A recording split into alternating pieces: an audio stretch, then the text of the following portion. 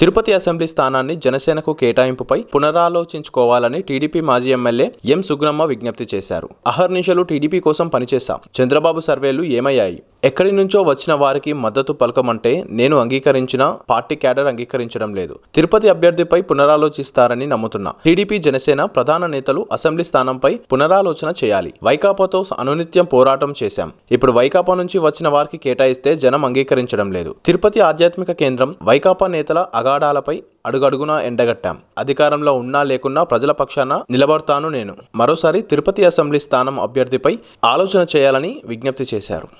ఈ తిరుపతి నగర అభివృద్ధికి, తిరుపతి నగర ప్రజల శ్రేయస్సుకి ఇరువురు ఒక టీమ్గా కలిసి ఎంతో అభివృద్ధి చేయడం జరిగింది. సహజంగా జరుగుతుంటాయి పార్టీల్లో ఎన్నికలప్పుడు సర్వేలు జరుగుతుంటాయి, జయాపజయాలు చూస్తుంటారు.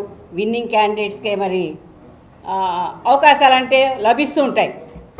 ఇది 100% నిజం. కానీ 2014లో కూడా వితిన్ 3 months మరి ఆయనకున్నటువంటి ప్రజాభిమానంతో అదే 45,000 ఓట్ల మెజారిటీతో గెలవడం జరిగింది. ఇంతమంది ప్రజల్ని నాయకుడిగా కోరుకున్నారు, గెలిపించారు, ఓట్లేశారు. మరి వారి బాధను నేను చూడలేక చంద్రబాబు నాయుడు గారు నాకు మరి ఉప ఎన్నికల్లో టికెట్ ఇస్తే నేను ఒకటే ఆలోచన చేశాను. ఆయన ఆశయ సాధన కోసం మనము పనిచేయాలి అంతే. ఆయన పేరుకు ఎక్కడా మనము చెడు చేయకూడదు, తప్పు చేయకూడదు అనే ఒక ఆశయంతో, ఒక ఆదర్శంగా నేను నడిచాను.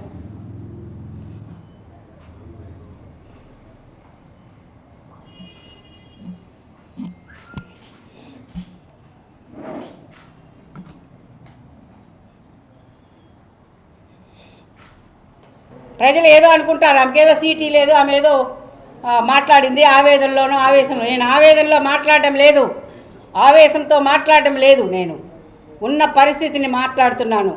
మా కుటుంబం యొక్క రాజకీయ ప్రస్థానాన్ని నేను తెలియజేస్తున్నాను.